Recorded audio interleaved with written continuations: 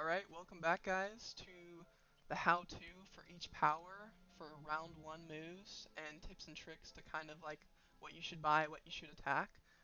We just finished recording Japan's turn, so everything that you see, if you didn't watch last video, go watch last video for Japan. Um, we're just taking it based off of an approach from Japan with the round 3 strategy that I talked about.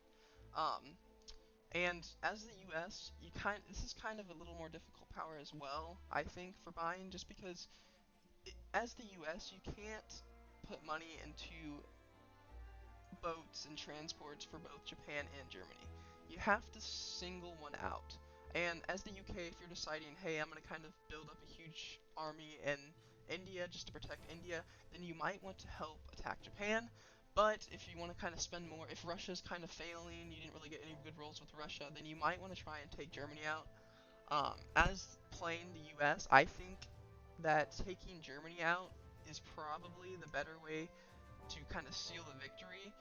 Just because once you have a good transport line chain going, Germany can't produce a ton of troops. They can only produce 10 troops right here. And if you have 7, 8 transports shipping in along with the UK's transports, then you'll just end up overtaking Germany. So that's why I think taking out Germany first is definitely the smarter move, but there's definitely different ways, especially if Japan kind of messes up, if the UK took the East Indies and now they're down on IPC, you can definitely capitalize on that because they do have the weaker economy. They only start off with 30, not 34.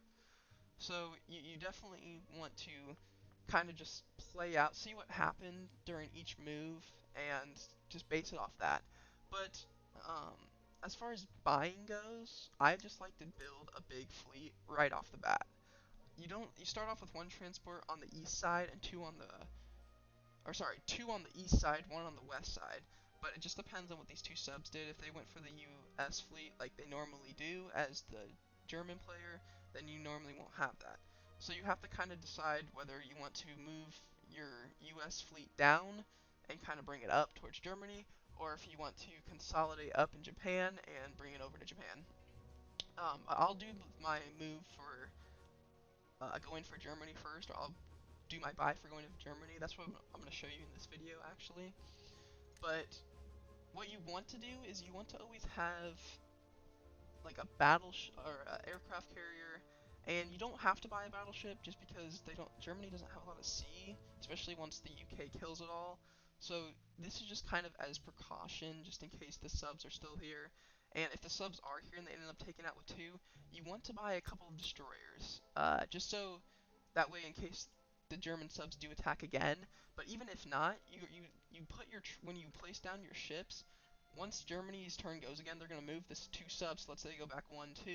You can just follow them with those 2 destroyers. So it's just a precaution that way, just in case they do end up hitting again, that it doesn't kill anything big. And then I just get a cruiser just because it fits well with the economy and your IPC. And that looks like a pretty solid build if you're going to be going for Germany. If you're going for Japan, you already have one battleship, a destroyer, transport, and this cruiser down here. But if they decided to take out your little Pearl Harbor fleet, then you don't have this aircraft carrier, destroyer, sub, or plane.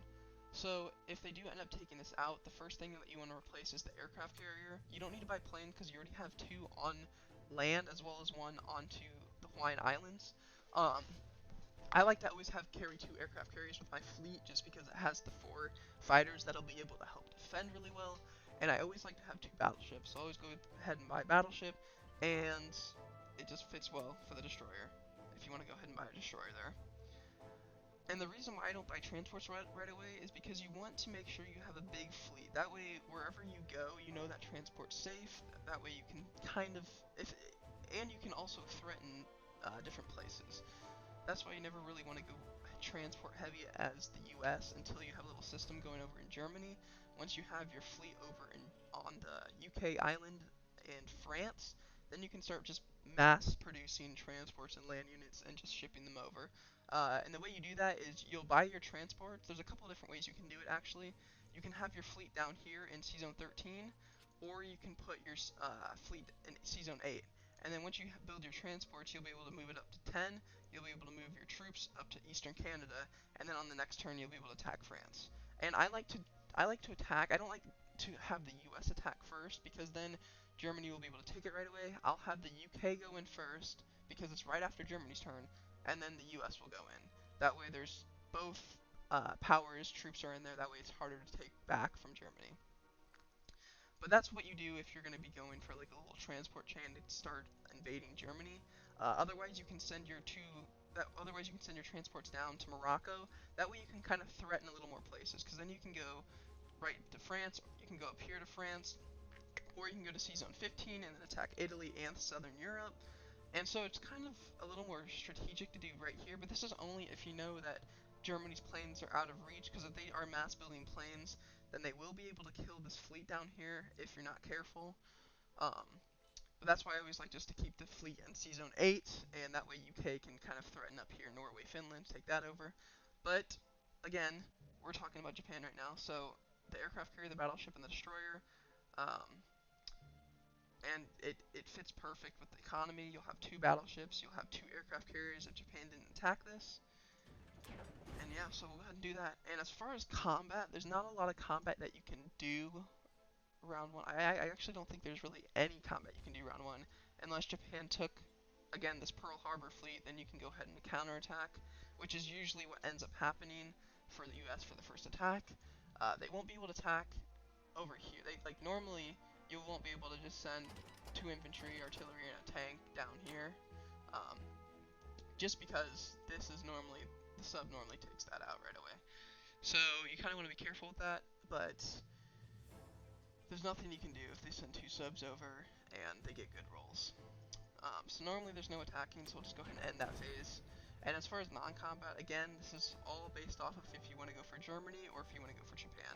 I said we're going to go for Germany, for the US, so we'll just go ahead and consolidate the fleet once again. We bought the aircraft carrier and the battleship, so again, you can move your planes into the water on the non-combat move. I don't know if a lot of people knew that or not, but when you're buying an aircraft carrier, you can move your airplanes onto the water without them dying. You want to send your bomber over to the UK right away, that way you can start tactical bombing to kind of drain the German IPC. You want to move your little force that you already have upwards, as well as that infantry. And these 2 guys in the western United States, normally I'll just kind of throw a couple up just to defend Alaska, just in case Japan tries taking that out. But as far as everything else, you can just move everything over, including the fleet from Hawaii.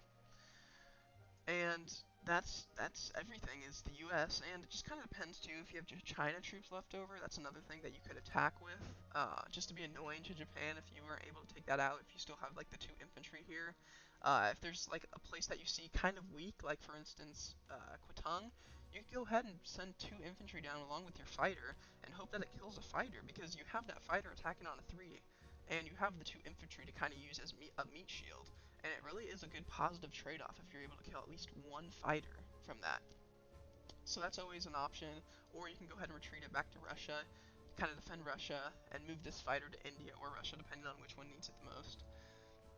But that's a pretty solid first round move as America. That's normally what tends to happen, what you're going to see in ranked and everything. But you can move the aircraft carrier down, like I said. The 2 fighters are in the water, which is fine because we have the aircraft carrier. And already, we kind of have a monster fleet heading towards Germany. So, depending on what Germany bought, if they went infantry and artillery heavy, then they're going to be kind of screwed because the US is already coming over. But, I hope you guys enjoyed this how-to series. Leave a like if you did, subscribe if you are new, and I will see you guys later.